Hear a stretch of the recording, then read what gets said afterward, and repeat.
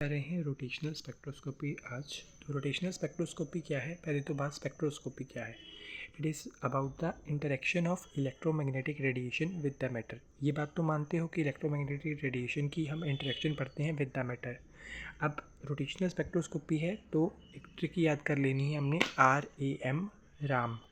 तो अगर rotational spectroscopy है तो चेंजेस किस में आएंगे? रोटेशनल लेवल्स में आएंगे। और रोटेशनल लेवल्स को हम डोनेट करते हैं जे से। किस में चेंजेस आएंगे? रोटेशनल लेवल से। ग्राउंड से आप एक्साइटेड रोटेशनल लेवल में जाओगे। और राम से क्या रखना है कि इसमें कौन सी जो है हमारे पास इलेक्ट्रोमैग्नेटिक वेव यूज़ होगी, दैट इज़ माइक्रोवेव। अब रोटेशन करवानी है, रोटेशनल चेंजेस करवानी है तो किस में ईजिली रोटेशन हो जाएगी? अगर आपका मॉलिक्यूल गैसियस होगा और क्या होगा? लो प्रेशर पर होगा। लो प्रेशर का मतलब लेस हिंडर्ड उसकी क्या हो जाएगी? रोटेशन हो जाएगी। ये तो सिंपल एक समझाने वाली बात भी नहीं है, क्योंकि ये तो अगर आपको किसी चीज़ को रोटेट कराना है और अगर आप सॉलिड में पड़ी हुई वो चीज़ रोटेट करेगी आसानी से? नहीं। लिक्विड में भी उसको जो है इंट्रैक्शंस देखने को मिलेंगी, गैसियस में, और वो भी लो प्रेशर पर इंट्रैक्शंस कम होंगी। तो तब क्या होगी? लेस हिंडर्ड रोटेशन होगी। तो रोटेशनल लेवल में चेंजेस अच्छे आ जाएंगे। और कौन सी वेव? माइक्रोवेव। अब कहाँ पर होते हैं रोटेशनल लेवल? मैंने ये ट्रिक बनाई हुई है, EVM, M फॉर माइक्रोवेव, और शुड आई से EVR, दैट इज़ इलेक्ट्रॉनिक के बाद आते हैं वाइब्रेशन, और वाइब्रेशन के अंदर आते हैं रोटेशन। मतलब अगर ये एक इलेक्ट्रॉनिक लेवल है, इसके अंदर एक वाइब्रेशनल लेवल है और उसके अंदर अनगिनत रोटेशनल लेवल्स हैं, तो इनके बीच का जो चेंज आएगा, है ना, अगर कोई रोटेशन लेवल G है से लेकर J डैश के बीच में, by imparting an microwave on that sample, then that will known as क्या? Rotational transition. ये हमारे पास रोटेशनल चेंजेस आए हैं। ये थी introduction about the rotational spectra. अब हम बात करते हैं कॉन्सेप्ट की कि कौन से मॉलिक्यूल रोटेशनली एक्टिव होते हैं, मतलब वो रोटेशनल स्पेक्ट्रा दिखाते हैं। वो मॉलिक्यूल रोटेशनली एक्टिव होते हैं जिनके पास परमानेंट डाइपोल मूवमेंट होता है।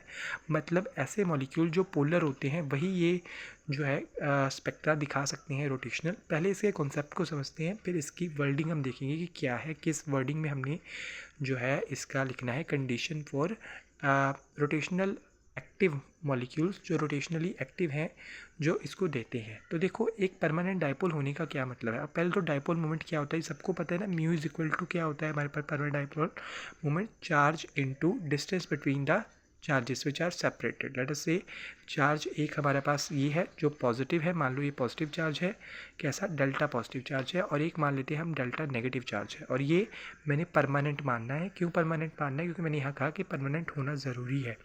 तो आपको पता है कि हमारे पास जो डायरेक्शन होती है वो कहाँ पर होती है? कहाँ पर होती है डायरेक्शन? पॉजिटिव टू नेगेटिव होती है। किसकी? डाइपोल की। हमें ये पता है कि ये जो है एक वेक्टर क्वांटिटी है। वेक्टर क्वांटिटी का क्या मतलब है?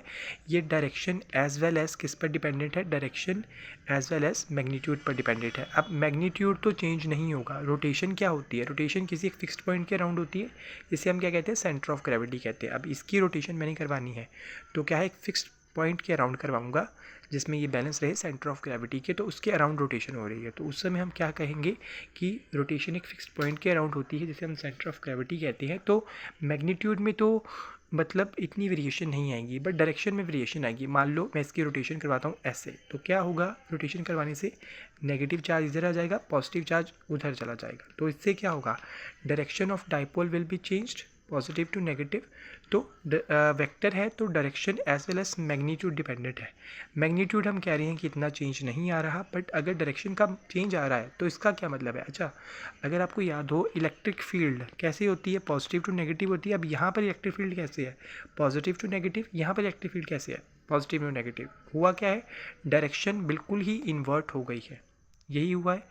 तो एक परमानेंट डाइपोल मोमेंट क्या करता है? ये करता है जनरेट इलेक्ट्रिक फील्ड। ये इलेक्ट्रिक फील्ड क्या करती है? ये इलेक्ट्रिक फील्ड की जो भी फ्रिक्वेंसी है जिस पर ये इलेक्ट्रिक फील्ड है, जो कि डिफरेंट डायरेक्शन में डिफरेंट होगी, जब ये मैच कर जाती है आपकी incoming frequency of the microwaves electric field. देखो, इलेक्ट्रिक फील्ड कंपोनेंट के साथ ही जुड़ेगा। तो माइक्रोवेव की जब ये मैच कर जाती है तो रेजोनेंस अक्कर होती है, और तब हमारे पास क्या हो जाती है? अब्जॉर्प्शन हो जाती है। और अब्जॉर्प्शन होने के बाद हमारे पास क्या आता है? स्पेक्ट्रम आता है। इतनी बात क्लियर है? अब थोड़ी सी इसकी वर्डिंग देखते हैं कि क्या वर्डिंग है, उसके बाद हम नेक्स्ट टॉपिक की तरफ चलेंगे। सो the molecule must possess permanent dipole moment, that it must be a polar molecule. When a molecule having dipole moment rotates, अगर dipole moment है रोटेट करोगे, it generates an electric field. मैंने बता दिया कैसे इलेक्ट्रिक फील्ड जनरेट होती है कि पॉजिटिव से नेगेटिव डायरेक्शन में, मतलब डायरेक्शन चेंज हो जाती है. इलेक्ट्रिक फील्ड तो होती है अगर चार्ज सेपरेशन होगी, इलेक्ट्रिक फील्ड तो होती है अगर चार्ज सेपरेशन होगी, तो वो कोई चक्कर नहीं है. ठीक है. It generates an electric field which can interact with, ये इलेक्ट्रिक फील्ड क्या करती है, इंटरेक्ट करती है इलेक्ट्रिक कंपोनेंट, शुड आई से electric field component of the microwave radiation. इतनी बात तो क्लियर है. उसके बाद यहाँ पर मैंने चार्ज सेपरेशन दिखाई है. फिर मैंने क्या कहा कि अगर 90 डिग्री की रोटेशन करोगे तो डायरेक्शन इस तरफ हो जाएगी. मैग्नीट्यूड का इतना डिफरेंस नहीं आ रहा, डिफरेंस आ रहा है हमारे पास डायरेक्शन का, कि अगर मैं कहूँ मैंने ऐसे कर दिया है ना, एक मतलब सेंटर ऑफ ग्रेविटी भी यहाँ पर चेंज कर दिया है, और अगर बिल्कुल ही उल्टा दिया है तो क्या होगा, सेंटर ऑफ ग्रेविटी रिटेन रही है और हमारे पास क्या हुआ है, यहाँ पर हमारे पास डायरेक्शन बदली है. So it's a vector quantity. Direction and magnitude dependent है कौन, म्यू, है ना. सो व्हेन, यहाँ पर जो मेन बात लिखी हुई है, permanent dipole moment of a molecule will kept on changing on as during rotation, direction of dipole moment kept on changing. क्या कह रहे हैं, परमानेंट डाइपोल मोमेंट जो है वो चेंज हो रहा है ना, ऑफ मॉलिक्यूल वो चेंज हो रहा है. क्यों, क्योंकि रोटेशन जब हो रही है तो जो डायरेक्शन है डाइपोल मोमेंट की, जो डायरेक्शन है डाइपोल मोमेंट की वो भी चेंज हो रही है. इससे क्या होगा, इलेक्ट्रिक फील्ड कंपोनेंट जनरेट होगा, वो पहले से है बट डिफरेंट डायरेक्शन में जनरेट होगा. इस डायरेक्शन में कुछ ऐसे होगा, है ना, पॉजिटिव टू नेगेटिव. इस डायरेक्शन में कुछ ऐसे होगा, पॉजिटिव टू नेगेटिव. इस डायरेक्शन में किस तरफ था, ऐसे था. इस डायरेक्शन में कैसे, ऐसे है. और इसमें कैसे है, ऐसे है. मतलब डिफरेंट तरीके से कंपोनेंट जनरेट होगा, और ये कंपोनेंट क्या करेगा, इंटरेक्ट करेगा विद द, है ना, the condition for observing resonance in microwave region is that the molecule must possess permanent dipole moment. वही बात लिखी हुई है, विच विल केप्ट चेंजिंग, जो चेंज होता रहेगा, on interaction with electric field, जो इंटरेक्ट करेगा इलेक्ट्रिक फील्ड तो क्या करेगा, रोटेशन करेगा. रेजोनेंस का क्या मतलब था, वही चीज़ मैंने दोबारा से लिखी है कि मैन म्यू ऑफ जो माइक्रोवेव की फ्रिक्वेंसी वो रोटेशनल फ्रिक्वेंसी ऑफ मॉलिक्यूल के साथ या फिर चेंजिंग डाइपोल मोमेंट की इलेक्ट्रिक फील्ड फ्रिक्वेंसी के साथ जब मैच कर जाए तो हम क्या कहेंगे, रेजोनेंस हो गए. देन क्या होगा, मॉलिक्यूल ऑब्जर्व करेगा म्यू माइक्रोवेव को एंड हाइयर लेवल में जाएगा, और हाइयर लेवल में जाकर क्या करेगा, अपनी रोटेशन को कंटिन्यू करेगा. क्यों, आप कहोगे कि जब मैं नीचे लेवल पर कह रहा था इसका मतलब वहाँ पर रोटेशन नहीं थी, वहाँ पर भी तो रोटेशन थी, वहाँ पर भी थी, यहाँ पर भी थी, दोनों तरफ रोटेशन थी. वहाँ पर जो रोटेशन थी वो लोअर एनर्जी पर थी, यहाँ जो रोटेशन है वो एक हाइयर लेवल पर हो रही है, और वो तब तक होती रहेगी जब तक आपका डी एक्साइटेशन नहीं हो जाता. क्योंकि यहाँ पर रोटेशन हो रही थी उस मॉलिक्यूल की लोअर लेवल पर, तभी तो उसमें क्या आ रहा था, ये चीज़ आ रही थी. ये तो बिना किसी एनर्जी दिए हो रही थी रोटेशन, क्योंकि एक मॉलिक्यूल कैन रोटेट, सो वो तो बिना एनर्जी की हो रही थी. अब जो हो रही है वो हाइयर लेवल पर बहुत ज़्यादा एनर्जी के साथ हो रही है. क्यों, क्योंकि उसे एनर्जी मिल गई है. पहले जो हो रही थी उसके कारण चेंज आ रहा था, अब जो हो रही है उसके कारण बहुत ज़्यादा चेंज आ रहा है. तो what I was going to say कि if a molecule are not having dipole moments तो इलेक्ट्रिक इंट्रैक्शन नहीं होगी. इलेक्ट्रिक इंट्रैक्शन मतलब उधर इलेक्ट्रिक फील्ड जनरेट नहीं होगी आपके मॉलिक्यूल में, और दूसरी तरफ से आपकी इलेक्ट्रिक फील्ड आती रहे, कोई फ़ायदा ही नहीं, है ना. तो वो माइक्रोवेव इनएक्टिव होते हैं. एग्जांपल के लिए H2Cl2. अगर वही चीज़ कि अगर परमानेंट डाइपोल मोमेंट होगा तो म्यू चेंज होगा तो इसका मतलब जो इलेक्ट्रिक फील्ड जनरेट होगी और वो इंटरेक्ट करेगी और अब्जॉर्प्शन अकर होगी, किसके साथ इंटरेक्ट करेगी, electric component of microwave. So the molecule like HCl, CH3Cl are be having, क्या हो रहे होंगे इनके पास, dipole moment, and their interaction will give rise to a spectrum. Such molecule are said to be microwave active. ये बात clear है. ये कुछ एग्जांपल्स हमने ली हुई है कि ये एक्टिव है, ये इनएक्टिव है. ये इनएक्टिव क्यों है, क्योंकि डाइपोल मोमेंट कैंसिल हो रहा है. क्यों कैंसिल हो रहा है, क्योंकि जो इसका रिजल्टेंट आएगा, दोनों H का आपको होगी, यहाँ 2 H है, वहाँ 1 है, इसका जो रिजल्टेंट है वो ये कैंसिल कर रहा है इधर वाला. ठीक है, और यहाँ पर हमारे पास क्या है, यहाँ पर ये वाला इधर कैंसिल कर रहा है, मतलब रिजल्टेंट डाइपोल मोमेंट कैंसिल हो रहा है. ये था इंट्रोडक्शन. अब जो मेन टॉपिक्स हैं आपके जो रोटेशन में है, सबसे पहले है कि अगर आपकी रोटेशन हो रही है तो उसमें क्या एनर्जी लेवल्स आ रहे हैं, मतलब कितनी एनर्जी आ रही है अगर आप हाइयर लेवल में, क्योंकि मेन चीज़ तो यही हमने एनर्जी निकालनी है कि अगर हम एनर्जी देते हैं माइक्रोवेव की तो क्या होता है, तो वो एनर्जी की वैल्यू हमने निकालनी है. तो हमने किस में हम निकालनी है, रिजिड रोटर में. रिजिड रोटर का क्या मतलब है कि हमारे पास जो distance between two diatomic atoms की हम कह रहे हैं कि जैसे ये है और ये है, मैं जब कह रहा हूँ इसकी रोटेशन हो रही है तो रोटेशन या तो ऐसे करा दो, ऐसे रोटेशन करवा दो, मतलब क्या है कि आपने इस चीज़ को चेंज नहीं करना है, ये जो डिस्टेंस है ना इसको चेंज नहीं करना है, इसे रिजिड ही रहने देना है। एनर्जी लेवल्स ऑफ रोटेशन की हमने एनर्जी लेवल निकालनी है। Distance between two diatomic atoms, diatomic simplest case हम लेकर चल रहे हैं, डिस्टेंस नहीं चेंज होना चाहिए इन दोनों के बीच, अगर आर है तो आर ही रहेगा इनके बीच का डिस्टेंस, दो डायटोमिक एटम्स के बीच वॉन्ट चेंज, बॉन्ड लेंथ जो है वो फिक्स रहेगी, है ना, यही मतलब हुआ, बॉन्ड लेंथ ही है दोनों में, आखिर ये है तो बॉन्ड की लेंथ ही जिससे ये जुड़े हुए हैं, ठीक है। दैट मीन्स कोई भी वाइब्रेशन यदि कोई वाइब्रेशन से क्या होगा, ये मॉलिक्यूल ऐसे होगा, ये नहीं हमने होने देना, ऐसा होगा तो बॉन्ड लेंथ चेंज हो जाएगी, हमने ऐसा नहीं हो जाए, ना तो इसे कंप्रेस होने देना ना ही इसे एक्सपेंड होने देना। डायटोमिक इसीलिए लिया ताकि बेंडिंग ना लेनी पड़े, है ना, no stretching no bending, so bond length change won't happen, only rotation will happen here. इतनी बात क्लियर है, ठीक है, इतना दिख रहा है। Okay, so now what we have here is एक वेरी कॉन्सेंट्रेटेड मास और एक स्मॉल मास, तो सेंटर ऑफ ग्रेविटी उस तरफ चली जाएगी, है ना, बैलेंस हमारा इस तरफ चला जाएगा, लेट अस से दिस थिंग, है ना, अगर ऐसे था तो इसकी सेंटर ऑफ ग्रेविटी यहाँ पर थी कहीं पर अगर मैं एक तरफ थोड़ा सा वेट ऐड कर दूंगा तो सेंटर ऑफ ग्रेविटी उस तरफ खिंच जाएगी, ऐसे बैलेंस बनाना थोड़ा जो है ईजी हो जाएगा, है ना। तो वही चीज़ है कि सेंटर ऑफ ग्रेविटी उस तरफ हो जाती है जहाँ पर बैलेंस हैपन हो।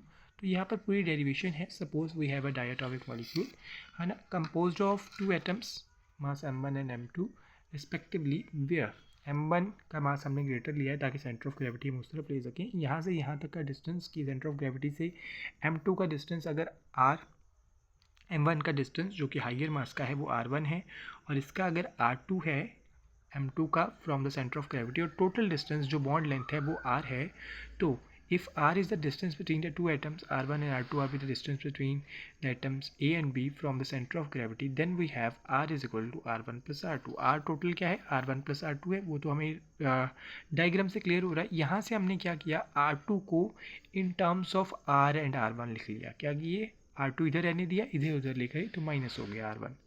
We know that the center of gravity of diatomic molecule is the point which satisfies, center of gravity वो point होगा जहाँ पर बैलेंस हो जाएंगे, मतलब मासेस भी और उनके r भी, m1 r1 is equal to m2 r2, ये हमारी इक्वेशन बन गई, ठीक है। ये सेंटर ऑफ ग्रेविटी की कंडीशन है जो आपने थोड़ी सी याद रखने की कोशिश करनी है, क्योंकि डेरिवेशन है तो इसमें बातें तो अंत में याद ही करनी पड़ेंगी चाहे समझ भी आ जाए। उसके बाद है movement of inertia. Movement of inertia का क्या मतलब होता है, अगर हमने क्लासिकल फिजिक्स में चली, मतलब फिजिक्स की स्टार्टिंग में चली, तो हम कहते हैं कि अगर कोई बॉडी रेस्ट पर है तो वो रेस्ट पर ही रहना चाहती है एज लॉन्ग एज आप उस पर कोई जो है एक्सटर्नल फोर्स अप्लाई नहीं करते। तो अगर बॉडी रेस्ट पर है तो रेस्ट पर रहना चाहती है, इसका मतलब वो अपोजिंग फोर्स लगा रही है। तो movement of inertia is kind of opposing force, जो मैंने यहाँ लिखा हुआ है, of the diatomic molecule is given by, ये क्या है, moment of inertia is equal to m1 r1 square plus m2 r2 square, is just a formula. यहाँ पर r1 और r2 को मैंने सिंपल स्क्वायर की जगह छोटा छोटा करके लिख दिया, r1 r1 r2 r2 on substituting equation 2। Equation 2 कौन सी है, ये वाली, m1 r1 is equal to m2 r2। तो एक बार मैं क्या करूँगा, m1 r1 की जगह m2 r2 पुट कर दूँगा और एक बार m2 r2 की जगह m1 r1 पुट कर दूँगा। क्या अंतर पड़ेगा इससे, आइए देखते हैं। वी कैन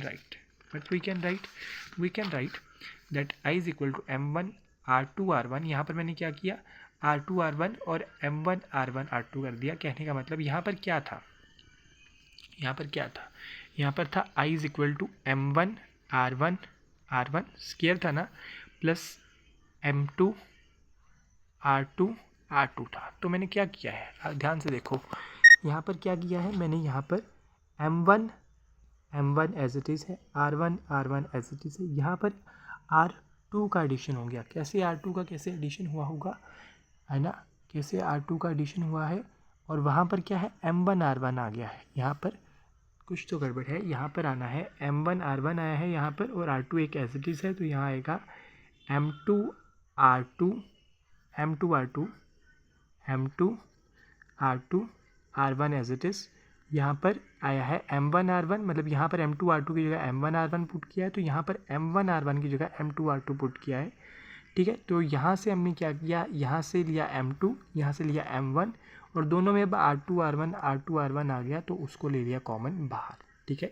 यहाँ पर 2 आना है, बाकी सब ठीक था।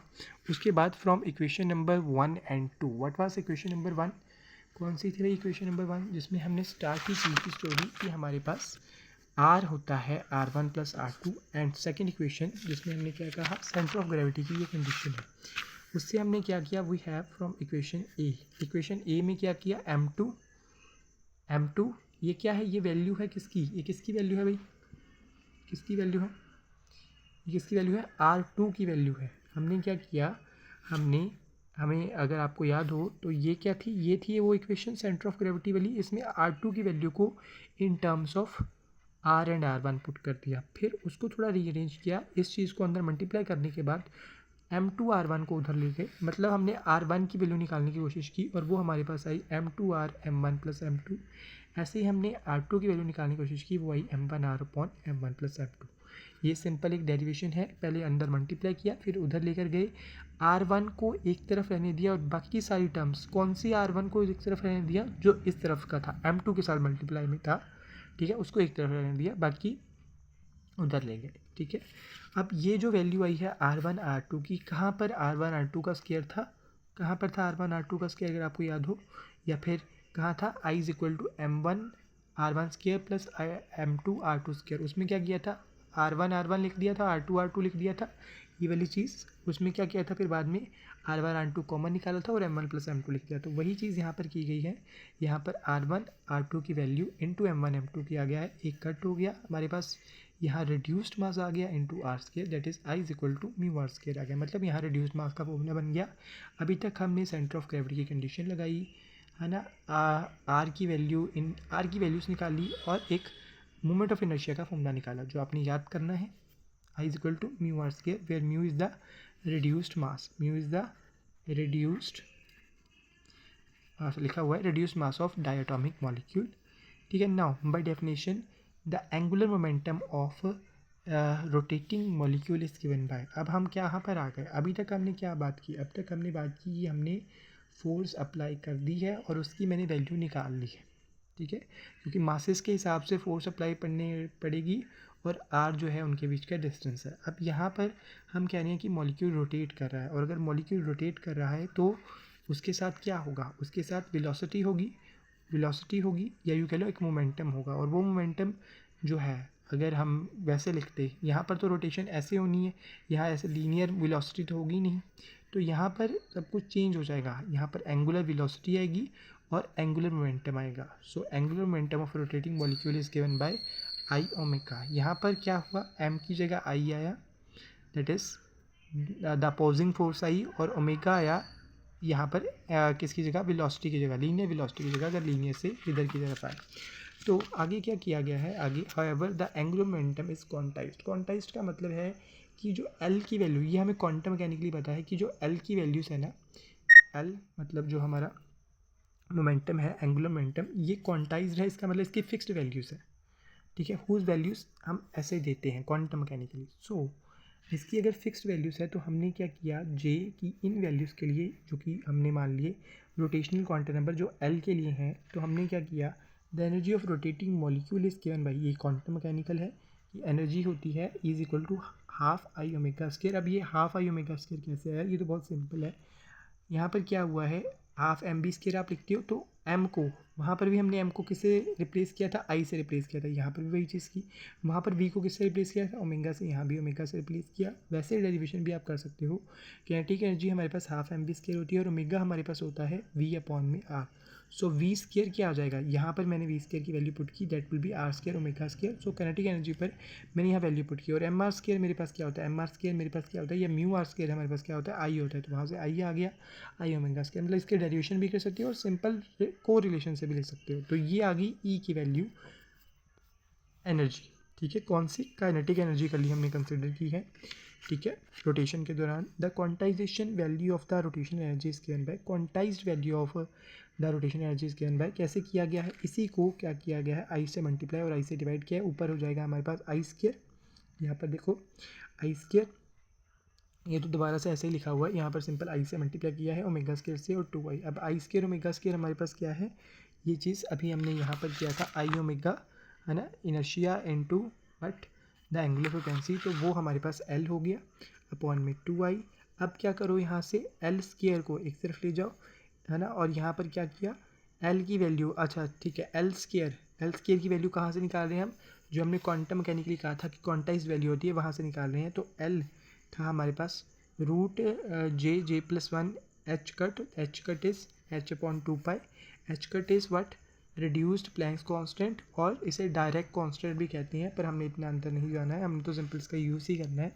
तो मैंने क्या किया, एल स्केयर की वैल्यू निकाली, ये आ गई मेरे पास एल स्केयर की वैल्यू। अब एल स्केयर की वैल्यू सिंपल यहाँ पर पुट कर दी, एल स्केयर की वैल्यू यहाँ पर पुट कर दी, क्या आई थी, J into J plus one H square upon 4 pi square, multiply में क्या है 1/2y मल्टीप्लाई में, उसे मल्टीप्लाई कर दिया, ये हमारे पास वैल्यू आई जाउल्स में, ये क्या है जाउल्स में। और हम क्या करते हैं, जब भी हम एनर्जी लेते हैं किसी भी स्पेक्ट्रोस्कोपी में फ्रिक्वेंसी की टर्म्स में लेते हैं, so the rotation energy is more frequently expressed in terms of wave number, और शुड आई से फ्रिक्वेंसी, क्योंकि हमें पता है frequency is proportional to the wave number, मतलब एनर्जी और वेव नंबर का प्रोपोर्शनल रिलेशन है, इवन फ्रिक्वेंसी का भी प्रोपोर्शनल रिलेशन है with the energy.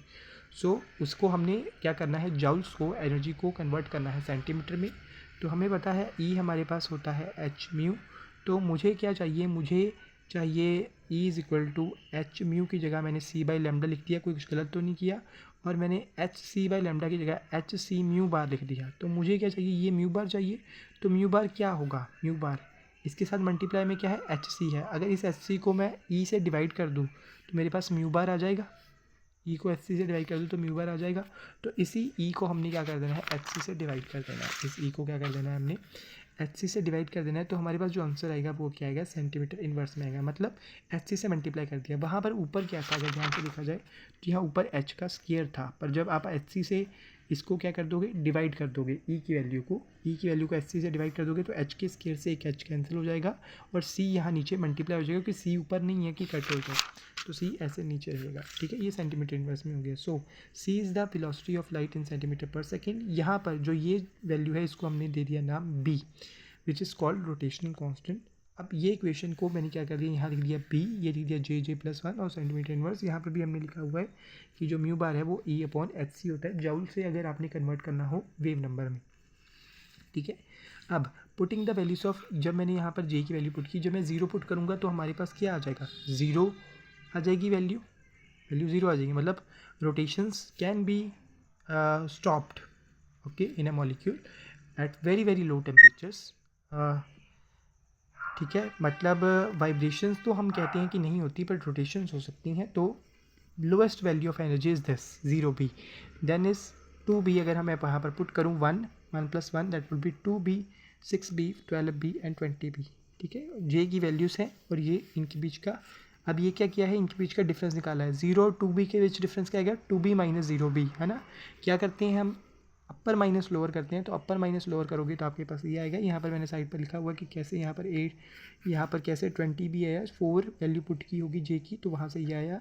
Energy difference पे ये हमने दिया है, the energy absorbed in the transition of the molecule from the ground rotational level J is equal to 0 to first rotational level is given by energy difference. ये हमें पता है higher minus lower होता है, तो हमने हाइयर वैल्यू 2b माइनस 0 किया, मतलब अगर 6b माइनस 2b करोगे तो 4b आएगा, अगर 12b माइनस 6b करोगे तो 6b आएगा, और अगर 20 माइनस 12b करोगे तो हमारे पास 5b आएगा। पर मेन चीज़ क्या है, मेन चीज़ ये है कि आपको करनी है जर्नलाइजेशन। तो जर्नलाइजेशन हमें क्या देखने को मिलती है कि similarly the absorption line the spectrum from J1 to J2 हमारे पास जो है 5b सेंटीमीटर इन्वर्स आएगा, क्योंकि हमने सेंटीमीटर में कन्वर्ट कर लिया था, तभी हमने b की टर्म्स में लिखा, 4b आ गया यहाँ पर।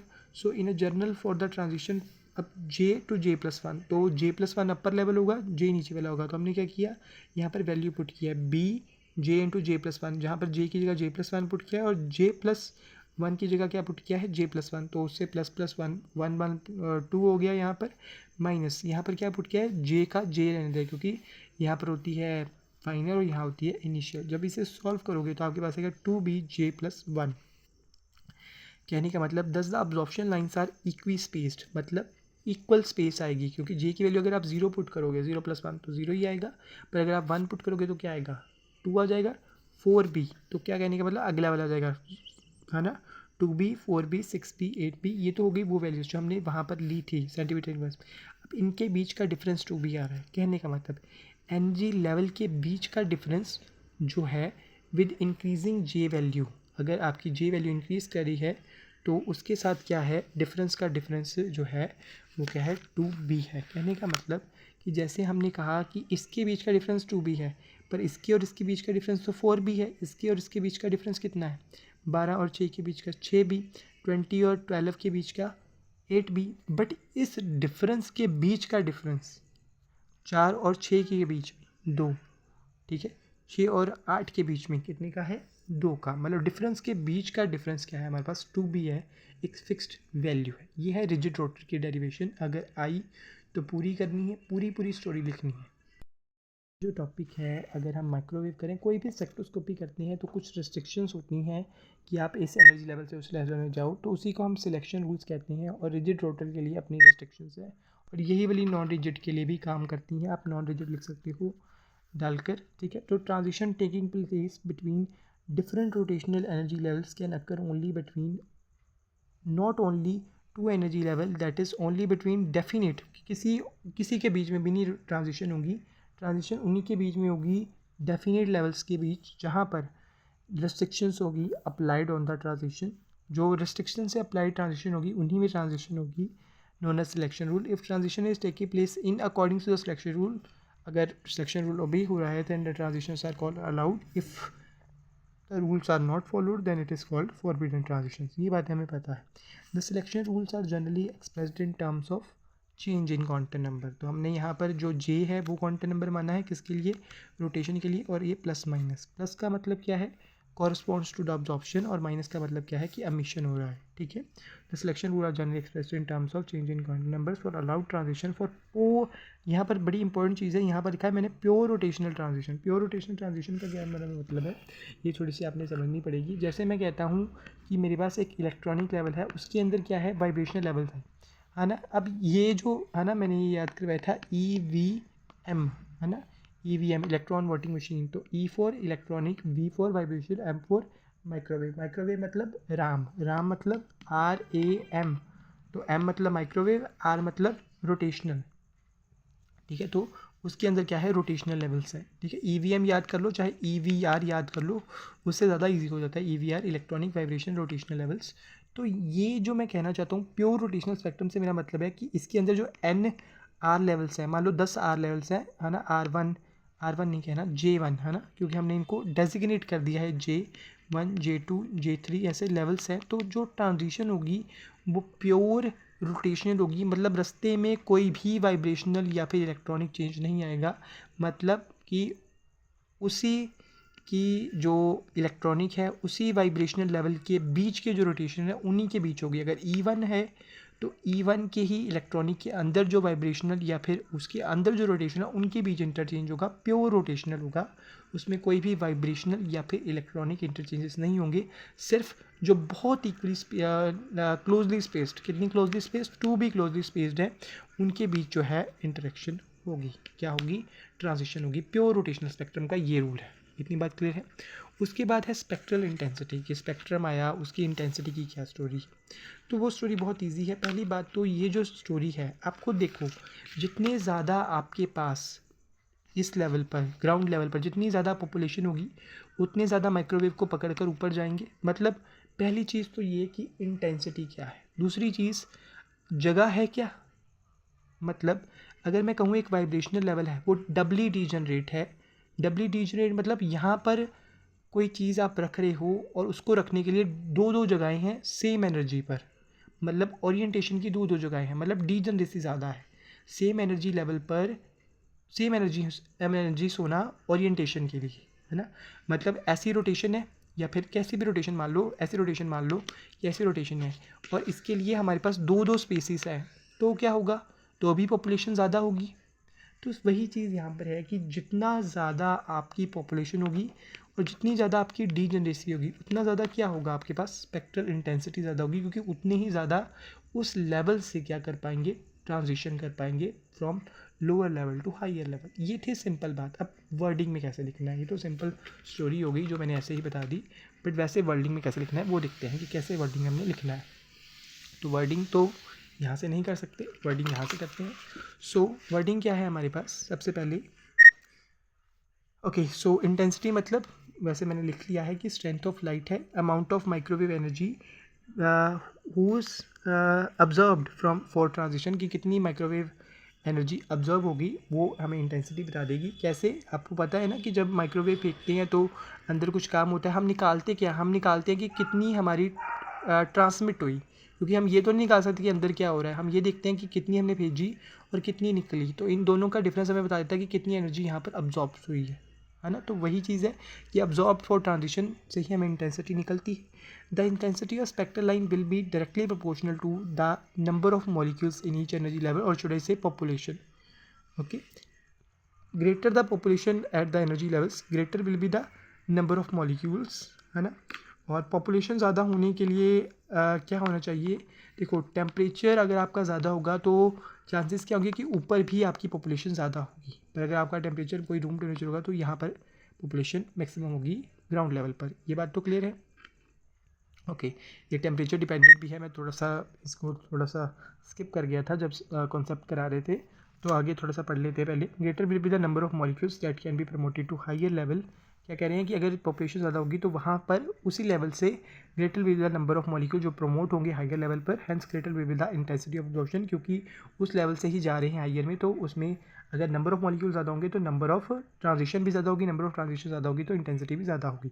और ये गिवन की जाती है by Boltzmann distribution law for rotational level. Rotational क्या, हम एनएमआर में भी जो है बोल्ट्जमैन ही लगाते हैं, क्योंकि बोल्ट्जमैन डिस्ट्रीब्यूशन बताती है कि कैसी पॉपुलेशन है टेम्परेचर पर डिपेंडेंट और एनर्जी वैल्यूज़ पर डिपेंडेंट, ठीक है, ऑफ द मॉलिक्यूल और energy levels. This equation of Boltzmann distribution is given by कि जो हायर लेवल है, हायर लेवल को ऑलवेज एक least lower level that is ground level के साथ आपने इक्वेट करना है, E raise to power minus E G by K T.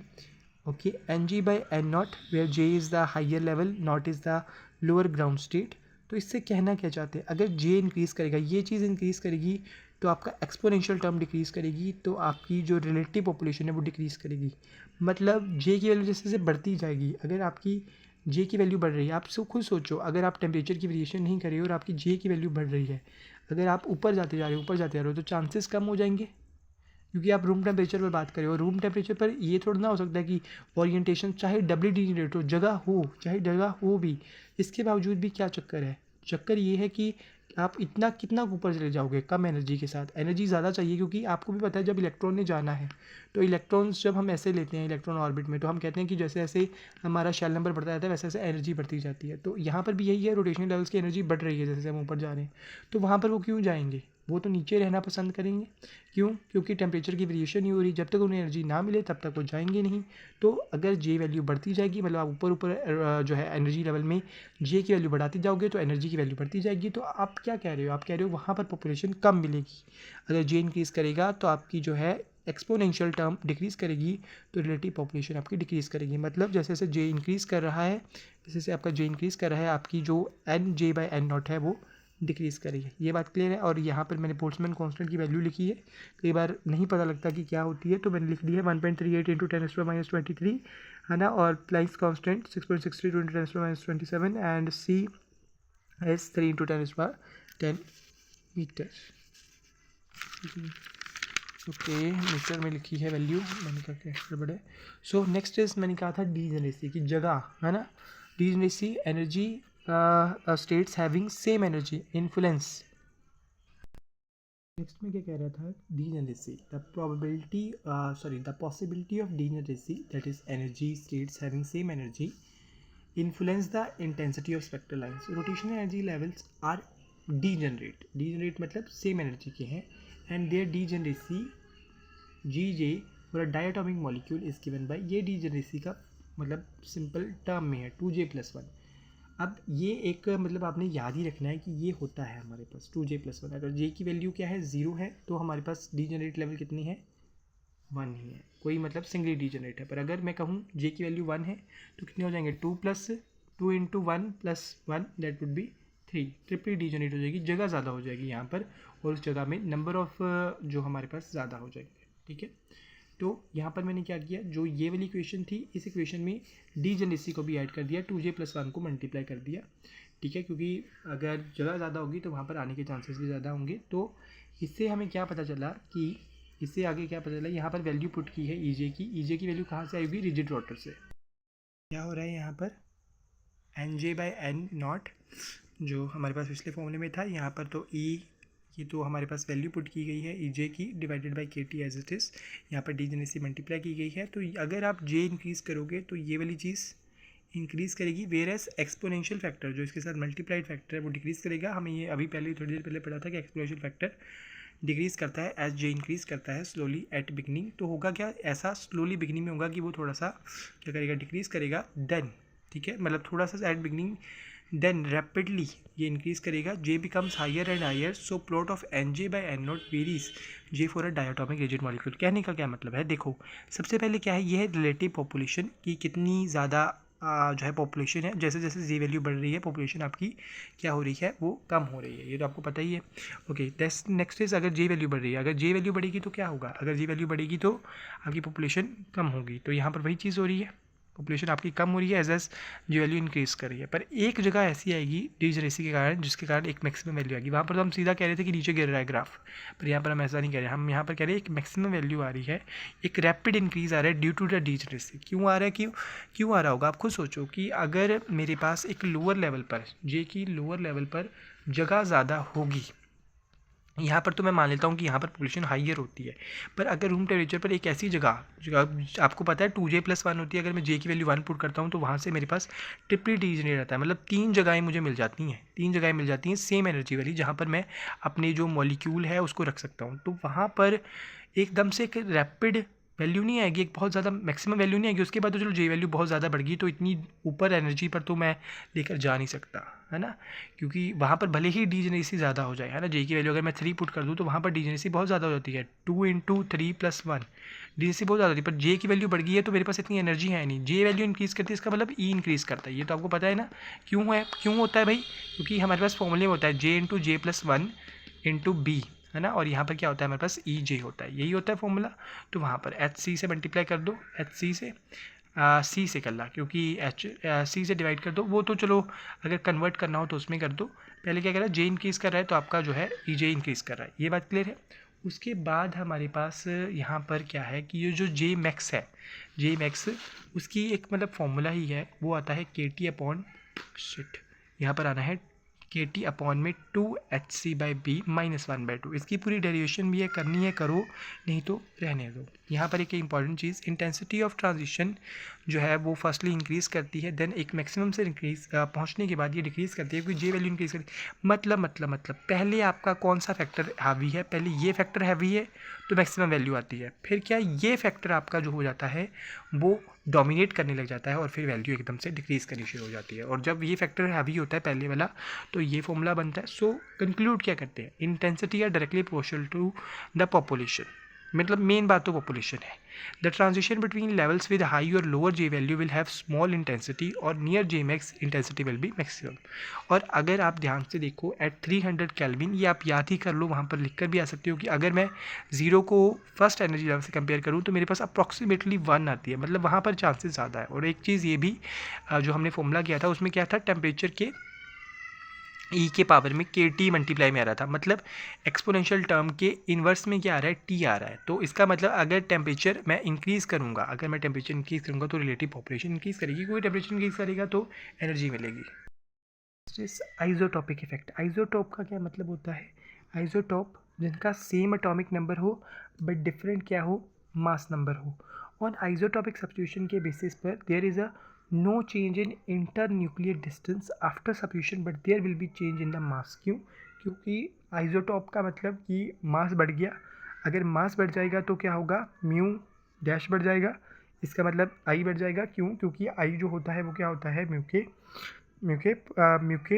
जो है I is equal to mu R square होता है, प्रोपोर्शनल होता है, तो वहाँ से आई डैश भी बढ़ जाएगा अगर हम अगले वाले की बात करें। और बी डैश जो है वो क्या होगा, बी क्या है, ये स्पेसिंग है आपकी, तो ये जो है वो कम हो जाएगी इवन बी से। कहने का मतलब क्या है, अगर मैं फॉर्मूले के हिसाब से बताऊं तो हमारे पास क्या है, अगर आपको यहाँ से देख लो, अगर आपका है ना यहाँ से क्या है, अगर आई आपका बढ़ेगा तो आपका बी डिक्रीज़ करेगा, ये बात क्लियर है। और आई क्या होता है, म्यू आर स्क्वायर, अगर आपका म्यू इंक्रीज़ करेगा तो आपका आई भी क्या करेगा, इंक्रीज़ करेगा। As your mu increase I changes increase तो B decrease, separation between rotation level decreases. कि अगर आइसोटोप लगा दोगे, अगर आप भारी एटम लगा दोगे तो क्या होगा, सेपरेशन जो है वो कम हो जाएगी। ऐसा क्यों होगा, आप देखो एक भारी आइटम लग गया तो सेंटर ऑफ ग्रेविटी और भी ज़्यादा उस तरफ हो गई, और भी भारी आइटम आ गया, पहले हम भारी लगा रहे थे अब और भी आ गया, तो सेंटर ऑफ ग्रेविटी और उस तरफ हो जाएगी, तो क्या होगा, उससे स्पेसिंग एकदम से डिक्रीज़ कर जाएगी, इसलिए जो है स्पेसिंग डिक्रीज कर जाती है। कुछ मतलब फॉर्मुलेशन करने के बाद बीटा और बीटा डैश की वैल्यू डिफरेंट पुट करने का, जहाँ पर म्यू डैश चेंज कर दिया, यहाँ पर म्यू चेंज कर दिया, वहाँ से हमारे पास ये आ जाएगा। और म्यू को हम जो है आई, मतलब यहाँ पर मैंने क्या किया है, आई की जगह म्यू पुट कर दिया है, म्यू ना पुट करें तो आई डैश बाई आई आ जाएगा, मतलब ये रिलेशन है जो हमारे पास आ जाएंगे। So with decrease in separation is very helpful to evaluate the atomic weights. अगर डिक्रीज हो रहा है एकदम से तो इसका मतलब क्या है कि एटॉमिक वेट बढ़ रहे हैं, इसका मतलब किसकी प्रेजेंस है ऑफ व्हाट, ऑफ आइसोटॉप्स की प्रेजेंस है, ठीक है। नेक्स्ट ये कुछ एप्लीकेशंस है ऑफ दिस स्पेक्ट्रोस्कोपी। सबसे पहला कि हमें पास बी ये होता है तो आई, ये फॉर्मूले को सीधा उधर ले गए हैं, h/8π², बी इधर मल्टीप्लाई हो गया आई की जगह पर, ये आ गया। और आई क्या होता है, म्यू आर स्क्वायर होता है, तो आर की वैल्यू ये आती है। मतलब इफ़ बी इज़ डिराइव्ड, अगर बी जो है स्पेसिंग हम निकाल सकते हैं ना from the rotational spectra, then moment of inertia I and the bond length I भी निकाल पाओगे और बॉन्ड लेंथ आर भी निकाल पाओगे, क्योंकि आई निकल जाएगा तो वो यहाँ पर पुट कर आपका आ जाएगा। और आपको मासेस तो पता ही होंगे, मासेस तो वेल नोन है, और मॉलिक्यूल कैन बी इवेल्युएटेड। फिर रिड्यूस्ड मास कैसे निकालोगे, रिड्यूस्ड मास क्या होता है, रिड्यूस्ड मास अगर मोलर मास ग्राम्स में आपने लेना होता है, ग्राम में लेना होता है, तो कितने एटम से मल्टीप्लाई करते हैं, 6.02। अविगाड्रोस नंबर आपको पता होगा। और अगर 1 एटम की लेना है तो उसको इससे जो है डिवाइड कर दो, और अगर रिड्यूस मास में करना है तो उसको इससे मल्टीप्लाई कर दो, ठीक है। और अगर एटॉमिक मास यूनिट में लेना है तो क्या करो, एटॉमिक मास यूनिट से इसे क्या कर दो, मल्टीप्लाई कर दो। यहाँ पर डिवाइड करना है अविगाड्रो से, यहाँ पर मल्टीप्लाई करना है 1.66 × 10⁻⁴ ग्राम्स, ठीक है। नेक्स्ट है हमारे पास कि देखो मैंने आपको कहा था कि डीजेनरेसी होती है। अब डीजेनरेसी का मतलब क्या है कि जैसे ये है हमारे पास, मैंने कहा कि यहाँ पर जब जे वैल्यू मैं लेता हूँ 1 तो मेरे पास 3 ट्रिपली डीजेनरेट लेवल्स बनते हैं। अब यहाँ पर जो डीजेनरेसी है यहाँ पर तो वो सेम ही ओरिएंटेशन में होंगे, जो भी रोटेशन होगी सेम ओरिएंटेशन पर। जब मैं कहता हूँ कि ये डीजेनरेसी टूट जाती है तो रोटेशन की टाइप बदल जाती है। ये थोड़ा ना कि 1 डायमेंशनल रोटेशन ही हो रही होगी, हो सकता है 2D रोटेशन हो रही हो, कुछ ऐसे रोटेशन हो रही हो, मतलब XY प्लेन में चेंज आ रहे हों। हो सकता है कोई पॉलीएटॉमिक मॉलिक्यूल हो। पॉलीएटॉमिक का क्या मतलब है, जिसके पास मोर देन 2 जो है हमारे पास जो है डिफरेंट टाइप्स ऑफ एटम्स हो, तो वो पॉलीएटॉमिक मॉलिक्यूल, तो मतलब different types of rotations possible है। उस बेसिस पर हमारे पास डिफरेंट टाइप ऑफ जो है टाइप ऑफ मॉलिक्यूल आ जाते हैं। द रोटेशन ऑफ मॉलिक्यूल्स जो है, type of rotating molecules, concept क्या है, लीनियर मोमेंटम को हमने चेंज किया था किस में, है ना, रोटेशन के मोमेंटम में, दैट इज एंगुलर मोमेंटम में, जिसे हमने लिखा था आई इंटू दिस एंगुलर वेलोसिटी, और आई म्यू आर स्क्वायर होता है। आई की मैंने आपको बताई थी कि ये क्या है, the amount of torque required to rotate a body to accelerate its motion, और should I say a quantity expressing a body tendency to resist the angular acceleration. और सिंपल सी बात में मैंने कहा था, सिंपल सी भाषा में मैंने कहा था कि अपोजिंग फोर्स, ठीक है। तो मेन चीज़ क्या है कि रोटेटिंग मॉलिक्यूल किस टाइप के होते हैं, आ सकता है इस पर क्वेश्चन की, टाइप ऑफ रोटेटिंग मॉलिक्यूल क्या होते हैं। तो यहाँ पर लीनियर मॉलिक्यूल, लीनियर है तो ये रोटेशन तो इसकी हम माने कर नहीं चलेंगे कि इसमें कोई चेंज आ रहा है, चेंज तो बी और सी में आ रहा है। और यहाँ पर आई ए की movement of inertia towards A is 0, B और सी का काफ़ी हद तक इक्वल। सिमेट्रिक लिखा हुआ है तो इसका मतलब क्या है, पहली बात यहाँ पर जो ऑर्डर होगा सी एन एक्सिस का वो 3 के इक्वल या 3 से अधिक होगा, ठीक है। और यहाँ पर C2 और S4 प्रेजेंट होगी। अगर ऐसे मॉलिक्यूल होंगे तो आपने सिर्फ मॉलिक्यूल को देखकर बता देना है। 2 चांसेस हो सकते हैं कि IB IC तो इक्वल होंगी, अगर IA से बड़ा है तो प्रोलेट है, और अगर नहीं है तो ऑबलेट है। ये क्या है, ये आपने वहाँ पर पढ़ा होगा जब आप NQR पढ़ते हो, तो वहाँ पर हम देखते हैं कि प्रोलेट और ऑबलेट हमारे पास न्यूक्लियस की शेप्स आती हैं। और यहाँ पर एग्जांपल दी हुई है CFS3, NH3 और BF3। ये कुछ एग्जांपल्स याद कर लो, बहुत बड़ी बात है, इससे ज़्यादा कुछ नहीं। ये डिस्क शेप होता है और वो नीडल शेप्ड होता है ना। नेक्स्ट इज हमारे पास स्फेरिकल टॉप। स्फेरिकल से क्या है, सिमेट्रिकल। सो जिसमें IA IB IC 0 हो तो डाइपोल मूवमेंट नहीं होगा, माइक्रोवेव इनएक्टिव होंगे, ठीक है। असिमेट्रिक टॉप लास्ट जो पूरी तरह से अनसिमेट्रिकल होंगे, जिसमें सिर्फ CNV या C2V या फिर क्या मिले, CS मिले, ठीक है। CS मतलब सिर्फ प्लेन मिले, ये वाला प्लेन मिले और कुछ नहीं, जो मॉलिक्यूलर प्लेन है वही मिले और कुछ ना मिले, उसको हम क्या कहेंगे, ये वाले मॉलिक्यूल्स कहेंगे। अब last but not least topic, non rigid rotor, ठीक है। ये लास्ट टॉपिक है हमारा जो है रोटेशनल स्पेक्ट्रोस्कोपी का। इसकी हम पूरी की पूरी मतलब डेरिवेशन तो नहीं करेंगे, बट इंपॉर्टेंट है तो थोड़ा सा कर लेते हैं। उससे पहले इसे करें थोड़े से मतलब बातें कर लेते हैं कि what are the merits of microwave spectrometry determination of molecular structure, यही चीज़ हम कर रहे हैं। एक्सरे के कंपैरिजन में माइक्रोवेव्स जो गैसियस सैंपल की है उसकी बिना किसी डिस्टर्बेंस के, क्योंकि एक्सरे सॉलिड में होती है ना, आप कोई भी सॉलिड स्टेट जब करते हो तो वहाँ पर आप कहते हो भाई एक्सरे क्रिस्टलोग्राफी मेथड, तो वहाँ पर क्यों कहते हो, क्योंकि वो सॉलिड्स में होती है, पर ये चीज़ गैसियस सैंपल में होती है, तो ये एक तरह की जहाँ पर डिस्टर्बेंस नहीं होती वहाँ पर स्टडीज़ होती है, ठीक है। उसके बाद आर और म्यू डिटर्मिनेशन यहाँ से हो सकती है जो हमने पीछे देखी थी एप्लीकेशन में, और फिर कन्फर्मेशन एनालिसिस हो सकता है कि कन्फर्मेशंस क्या है, इसका भी हम एनालिसिस करते हैं कि ट्रांस है कि सिस बन रहा है, ठीक है। और अबंडेंस ऑफ आइसोटॉप, अभी हमने थोड़ी देर पहले देखा कि अगर हम आइसोटॉपिकली लेबलिंग कर लें तो एटॉमिक वेट बढ़ जाता है, जिस कारण क्या होता है आई बढ़ जाता है, म्यू बढ़ जाता है, आई बढ़ जाता है, तो बी डिक्रीज कर जाता है, जिससे हमें लगता है कि यहाँ पर आइसोटॉप की प्रेजेंस है। और इन्वर्जन स्पेक्ट्रा ऑफ अमोनिया की NH3 से NH3, ये क्या होता है, एनर्जी बैरियर को एज इट इज क्रॉस कर जाता है, क्यों, क्योंकि रोटेशन हो रही है, जिस कारण जब जे की वैल्यू इंक्रीज कर जाती है तो उसको इतनी एनर्जी मिल जाती है कि वो बिना एनर्जी बैरियर को क्रॉस किए भी क्या कर जाए, इन्वर्जन ऑफ कॉन्फिगरेशन कर जाए एट हायर वैल्यू ऑफ जे।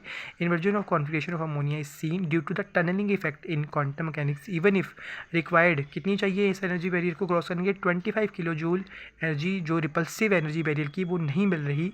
और इसका क्या मतलब है कि बॉन्ड्स जो है वो नॉन रिजिड है, इसका मतलब कि उनमें ये नहीं कहेंगे कि उनका जो है ये बॉन्ड लेंथ चेंज नहीं हो रही, उनकी बॉन्ड लेंथ चेंज हो रही है। इसको हम करेंगे अभी, पर पहले करते हैं डीमेरिट्स क्या है कि ये सिर्फ गैसियस सैंपल पर लिमिटेड है, और क्या है परमानेंट डाइपोल मोमेंट वाले ही आप पढ़ सकते हो। आपने ये तो कहा, दूसरे तो IR इनएक्टिव होते हैं, और vacuum is required as oxygen is microwave active. क्यों ऑक्सीजन माइक्रोवेव, O2 क्यों है भाई माइक्रोवेव एक्टिव, क्योंकि इसके पास क्या है, डाइपोल मोमेंट है, इसके पास लोन पेयर्स है ना, O2 लोन पेयर्स है, okay. Next is non rigidity, non rigidity की डेरिवेशन करनी है तो वो भी करेंगे, और साथ में इसके कॉन्सेप्ट्स भी करेंगे। तो कॉन्सेप्ट सबसे पहले करते हैं कि क्या है नॉन रिजिडिटी का। तो नॉन रिजिड का क्या मतलब हो गया, रिजिड का मतलब आर चेंज नहीं हो रहा, नॉन रिजिड का मतलब आएगा आर चेंज हो रहा है। आर क्या है, डिस्टेंस है ना between two masses, so internuclear distance are changes due to the vibration as well as, मतलब इलास्टिसिटी है बॉन्ड्स में, है ना, जैसे एक इलास्टिक है उसमें इलास्टिसिटी है, वैसे ही इसमें भी इलास्टिसिटी है। इन रिजिड रोटर हम ये अजम्पशन लेकर चलते हैं कि रिजिड बॉन्ड्स हैं, जस्ट एन अजम्पशन, वो सिर्फ एक अजम्पशन है। एक्चुअली में जो इलास्टिक होते हैं सारे बॉन्ड सम एक्सेंस में, जिस कारण कुछ चेंजेस हमें देखने को मिलते हैं in a rapidly rotating molecule. अगर डेरिवेशन नहीं करनी होगी तो यही कॉन्सेप्ट लिखा हो बहुत है, ठीक है, पर अगर डेरिवेशन करनी है तो वो भी हम देख लेते हैं। In a rapidly rotating molecule there is always a tendency of bond to stretch, कि हमेशा एक टेंडेंसी होती है बॉन्ड की कि स्ट्रेच होने की, ड्यू टू, ये चीज़ बड़ी इंपॉर्टेंट है, यहाँ पर आप याद कर रहे हैं, सेंट्रीफ्यूगल फोर्स से सब कुछ कर रही है, that tends to move the atom apart, ठीक है। 10 increase in bond length hence increase in the moment of inertia, bond length R increase करेगा, आर की स्केयर के प्रोपोर्शनल है, अगर आपका आर इंक्रीज करेगा तो आपका आई भी इंक्रीज करेगा, ऐसा ही हमने ये कहा था म्यू इंक्रीज करेगा तो आई भी इंक्रीज करेगा, ठीक है। Tends to move the atoms apart, 10 increase in bond length hence increase the moment of inertia which causes the rotational B levels to come somewhat closer, तो जे वैल्यू इंक्रीजेस। कहने का मतलब अगर आपका जे इंक्रीज कर रहा है तो इसका मतलब आप हाई एनर्जी में जा रहे हो, है ना, तो सेंट्रीफ्यूगल फोर्स इंक्रीज कर रही है, तो इलास्टिसिटी बढ़ रही है जिससे बॉन्ड अपार्ट हो रहे हैं, जिससे आपका आर इंक्रीज कर रहा है, आई जो है वो इंक्रीज कर रहा है, पर बी डिक्रीज कर रहा है, क्यों, क्योंकि B is inversely proportional to I, और ये हम कितनी बार कर चुके हैं। अब for a non rigid rotor जो रोटेशनल एनर्जी लेवल है, देखो ये चीज़ क्या है, ये तो सेम है, ये तो सेम है जो कि रिजिड में थी, बस यहाँ पर हमारा क्या आ जाना है, एक सेंट्रीफ्यूगल डिस्टॉर्शन कांस्टेंट आ जाना है इन टू, ये वाली चीज़ जे का स्केयर हो गया और J+1 का भी स्केयर हो गया, और ये सेंटीमीटर इनवर्स में है, मतलब EJ को किससे डिवाइड किया होगा, HC से, और इससे ये फॉर्मूला निकला होगा। यहाँ B क्या है, रोटेशनल कांस्टेंट जो हमने वहाँ पीछे भी पढ़ा, D क्या है, सेंट्रीफ्यूगल डिस्टॉर्शन कांस्टेंट जिसकी वैल्यू होती है hb³ वेयर ओमेगा क्या था भाई, एंगुलर वेलोसिटी। B क्या है हमारे पास, B का भी क्यूब दिया हुआ है, B क्या था, ये वाली चीज़ जो S²/8π/MIC लिखते हैं वो वाली चीज़। K क्या है हमारे पास, फोर्स कांस्टेंट, इसकी वैल्यू होती है 4π² ω²c² mu, and ω² is fundamental vibration frequency. Fundamental vibration frequency मतलब वो फ्रिक्वेंसी जिस पर वो वाइब्रेट कर रहे हैं, यहाँ पर हम वाइब्रेशन फ्रिक्वेंसी को लेते हैं, ओमेगा की कहानी आगे बताते हैं, ठीक है। यहाँ पर ओमेगा का ऑर्डर जो है वो 10³ सेंटीमीटर इनवर्स तक का होता है, और B का जो होता है ऑर्डर वो 10³ सेंटीमीटर इनवर्स तक, और D डिस्टॉर्शन का -3, ये 3 और ये -3 और ये बीच में, और ये जो डिस्टॉर्शन है ये बहुत ज़्यादा स्मॉल है एज़ कम्पेयर टू हमारी जो सेपरेशन होती है। सो D के ये बहुत स्मॉल है, इसलिए हम जो ये टर्म है इसको निगलेक्ट कर सकते हैं जब तक आपका J स्मॉल है। मतलब क्या है कि इस चीज़ को आप निगलेक्ट कर सकते हो, मतलब आप रिजिड मानकर चलते हो तब तक जब तक आपकी जे वैल्यू स्मॉल है। पर जैसे आपकी जे वैल्यू इंक्रीज़ करेगी, मतलब यहाँ पर जे स्केयर वाली वैल्यूज इंक्रीज़ करेंगी, तो इसका फैक्टर मतलब सब्ट्रैक्शन जो है वो बढ़ती जाएगी। जिससे सब्ट्रैक्शन बढ़ती जाएगी तो इस वैल्यू पर इफेक्ट पड़ेगा, तो इसका मतलब अल्टीमेटली ई जे पर इफेक्ट पड़ेगा, ई जे पर इफेक्ट पड़ेगा। तो इसका मतलब अगर value becomes significant for higher J values, ठीक है, अगर जे वैल्यूज़ इंक्रीज़ कर जाए तो selection rule for non rigid तो बिल्कुल सिमिलर है। अब यहाँ पर जब 10 से ज़्यादा हो जाती है वैल्यू, यहाँ लिखा नहीं है कि हाँ, ये लिखा जे वैल्यूज़ 10 या उससे ज़्यादा हो जाती है, तो हम कहते हैं कि आपका जो डिस्टॉर्शन वाला पार्ट है वो भी काम कर रहा है। तो ये है रिजिड और ये है नॉन रिजिड। क्या डिफरेंस आ रहा है कि नॉन रिजिड में लेवल्स नीचे जा रहे हैं। क्यों जा रहे हैं? क्योंकि हमने ये क्या कहा था कि जैसे जैसे आप नॉन रिजिडिटी में चलते वैसे वैसे क्या आती है, हमारे पास सब्ट्रैक्शन आती है, और हमारे पास अगर सब्ट्रैक्शन आएगी तो हम नीचे जाएंगे और भी जे वैल्यूज़ के इंक्रीज के साथ। अगर ये रिजिड का हमारे पास गैपिंग है तो नॉन रिजिड में क्या हो जाएगी, गैपिंग डिक्रीज़ कर जाएगी। थोड़ा थोड़ा इस तरफ बना लो, ठीक है। सो एनर्जी डिफरेंस जो है वो हम सिंपल देखो, वहाँ पर एनर्जी डिफरेंस हमारे पास 2b समथिंग आया था, यहाँ पे भी 2b जे प्लस जे वन आया, साथ में डिस्टॉर्शन वाला आया, और डिस्टॉर्शन वाले में भी क्या आया, जे प्लस वन का क्यूब माइनस 4d आया। अब डेरिवेशन क्या है नॉन रिजिड रोटर के लिए, वो हम देखते हैं। Derivation of energy levels for a non rigid rotor, main चीज़ जो डेरिवेशन हमने करनी है, तो उसके लिए हमने वही चीज़ दो मासेस ले लिए। क्या करेंगे, हम आर की वैल्यू निकालेंगे, R1 R2 जैसे उसमें निकालते वैसे इसमें करेंगे। यहाँ पर हमने क्या किया, एक चीज़ फिक्स कर ली कि बॉन्ड जो है वो आर इंक्रीज़ कर सकता है, ठीक है। ये हमने मान लिया कि जो है आर हमारा इंक्रीज़ कर सकता है। क्या मान लिया हमने, ये फिक्स पॉइंट है और आर हमारा इंक्रीज करता है, मास है, एंगुलर फ्रिक्वेंसी ले रहा है, ऐसे ये घूम रहा है, ठीक है। As the particle rotates R nought increases to R, R nought की वैल्यू हम मान लेते हैं कि R nought increases to R, R nought जो एवरेज डिस्टेंस है वो आर में इंक्रीज़ कर रहा है। Therefore during the counterbalance, जब काउंटर बैलेंस होगा तो सेंट्रीफ्यूगल फोर्स, अगर आपको थोड़ी बहुत भी फिजिक्स आती होगी तो सेंट्रीफ्यूगल फोर्स जो है वो इक्वल टू रिस्टोरिंग फोर्स होगी, मतलब वो उतनी जगह पर लेकर आने की कोशिश करेगी जो उसकी मीन पोजीशन है ना। तो सेंट्रीफ्यूगल फोर्स का फॉर्मूला ये होता है, और रिस्टोरिंग फोर्स का होता है K into the change in distance. So change in distances की पहले था R, फिर R नोट हो गया जब वो रोटेट किया, तो वहाँ से हमने क्या किया, R माइनस आर नोट की value in terms of K and M R omega लिख ली, मतलब K यहाँ डिवाइड में चला गया, और यहाँ पर थोड़ा सा अंदर मल्टीप्लाई भी किया, फिर R की वैल्यू निकाल ली, मतलब KR एक तरफ कर लिया, फिर K को उधर ले गए, ये देखो R की वैल्यू निकल गई।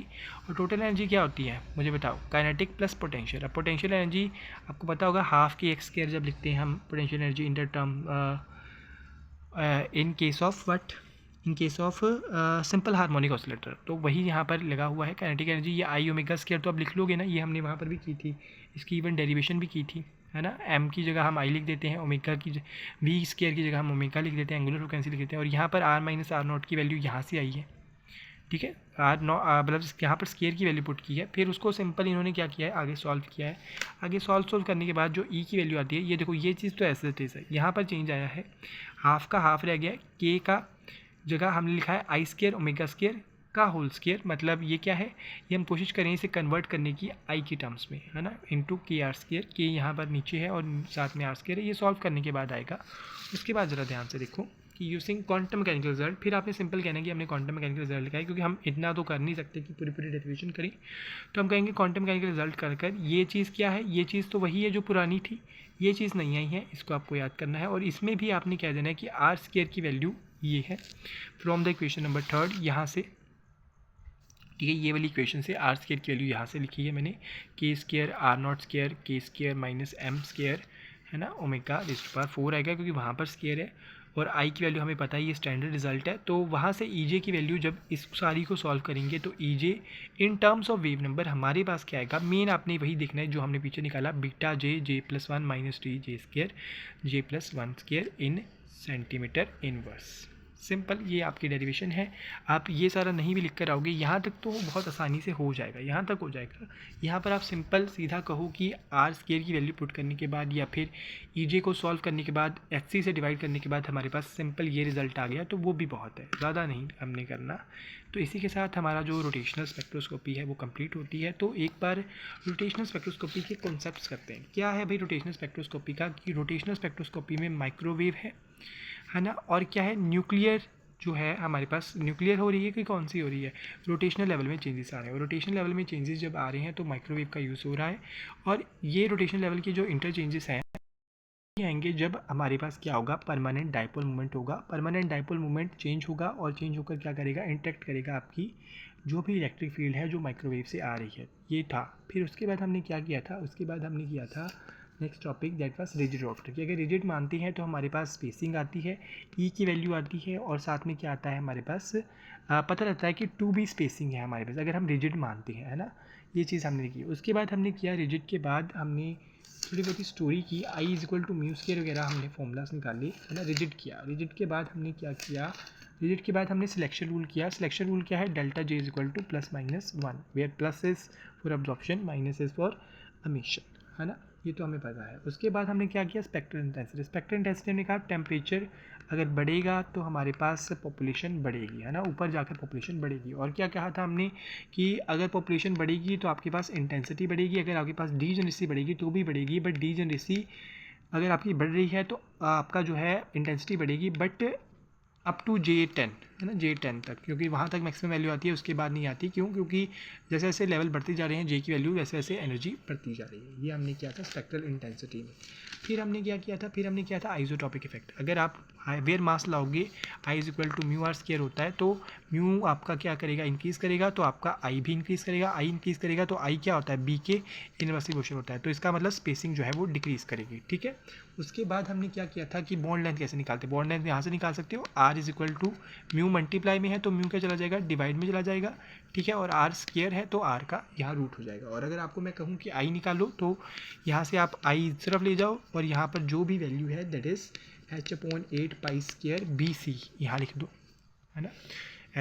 ये क्या से आया, क्योंकि b क्या होता है हमारे पास, h/8 पाई स्क्वायर आई सी, तो वहाँ से मैंने क्या किया, i उधर ले गया, b इधर, तो यहाँ से आप ये निकाल सकते हो।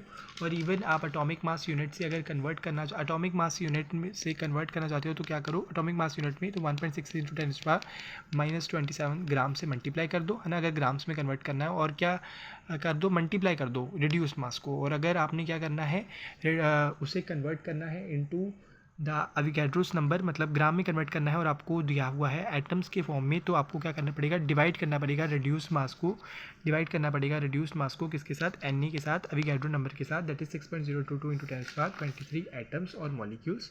फिर हमने क्या कहा कि रोटेशंस कितने टाइप की होती है, एक तो स्फेरिकल होती है जिसकी कोई कहानी नहीं है, और एक की क्या है कि दो मतलब आई एक्स और आई वाई क्या है जो लीनियर है, उसमें ए बी और ए सी क्या है वो हमारे पास इक्वल है, ठीक है, ए ज़ीरो है। सिमेट्रिक में हमने क्या कहा था कि हमारे पास एक अधिक है तो प्रोलेट है, आई ए अगर अधिक है तो प्रोलेट है, ए अधिक है तो प्रोलेट है, ए कम है तो, अगर आपका ए कम आए हैं तो वो आपका क्या है, ओबलेट है। अगर आपके ए से कम आया है तो आपका आउटस्टैंडिंग ग्रेड नहीं आया है, अगर ए से अधिक है तो आपका आउटस्टैंडिंग ग्रेड आया है, ठीक है, ए से अधिक है तो आपका आउटस्टैंडिंग ग्रेड आया है, ठीक है। स्फेरिकल में तो सारे ही जीरो हैं, आई ए नॉट इक्वल आई बी, है ना, ये सारे ही इक्वल हैं, तो वहाँ पर सारे ही इक्वल हैं तो क्या होगा, वहाँ पर कोई भी हमारे पास डाइपोल नहीं होगा। और अनसिमेट्रिक में तो सारे ही अनइक्वल हैं, सिंपल था। उसके बाद हमने क्या किया था, उसके बाद हमने सिंपल मेरिट्स और डीमेरिट्स किए थे कि भाई वो गैसियस में है तो वो डीमेरिट है ना। और इसके अलावा हमने क्या कहा था कि माइक्रोवेव इनेक्टिव को हम नहीं पढ़ सकते और ऑक्सीजन को रिक्वायरमेंट है। मेरिट्स में कहा कि हम म्यू भी निकाल सकते हैं, आर भी निकाल सकते हैं, कन्फर्मेशन एनालिसिस भी कर सकते हैं, अबंडेंस भी निकाल सकते हैं, इन्वर्जन स्पेक्ट्रा भी निकाल सकते हैं, और स्ट्रक्चर की मेन डिटर्मिनेशन एक्सरे से मतलब मैचिंग कर सकते हैं। और नॉन रिजिड में हमने कह दिया कि रिजिड नहीं है तो इलास्टिसिटी है। इलास्टिसिटी में मेन चीज़ क्या है कि centrifugal force is doing everything, centrifugal force is doing everything.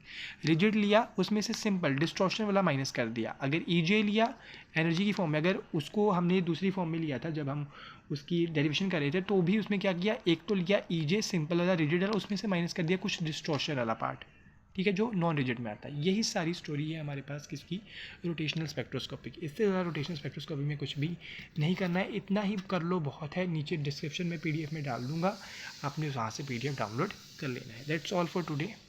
कल मिलेंगे फिर हम किसके साथ, IR के साथ, IR कहूँ या यूँ कहूँ वाइब्रेशनल स्पेक्ट्रोस्कोपी के साथ। That's all.